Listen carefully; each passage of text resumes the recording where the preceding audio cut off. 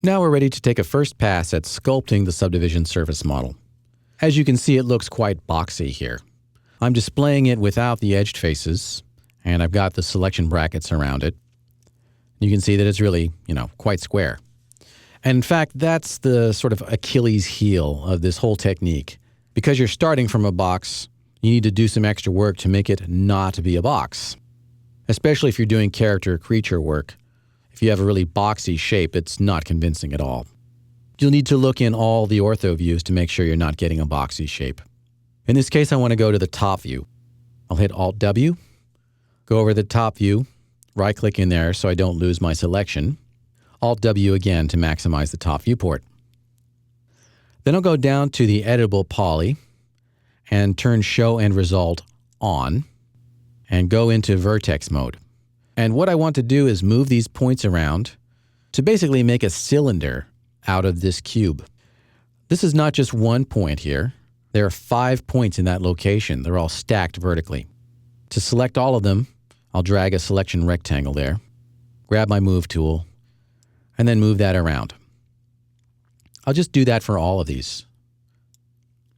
And I can also use the Scale tool too while I'm at it.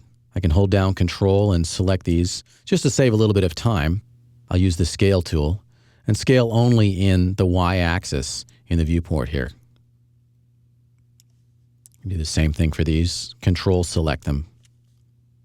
Scale that down. What I'm trying to achieve here is a round shape. Control select.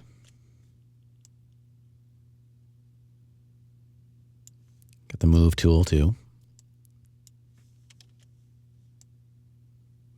I'm just trying to push these around until I get a more or less round shape. And luckily, I've got a circular object as a reference point. I've got the bar stool base that I can use as a point of reference to try to achieve a round shape. It'll never be exactly round. This is important. You need to know this about subdivision surfaces. It's actually completely impossible to get a perfect sphere or a perfect circle. It's one of the sort of skeletons in the closet. But that's okay because you can usually get it close enough that the average viewer will not notice the difference. I'll select all of these points here, maybe move that in a little bit. I can just take a few minutes here to shape this up using Scale and Move.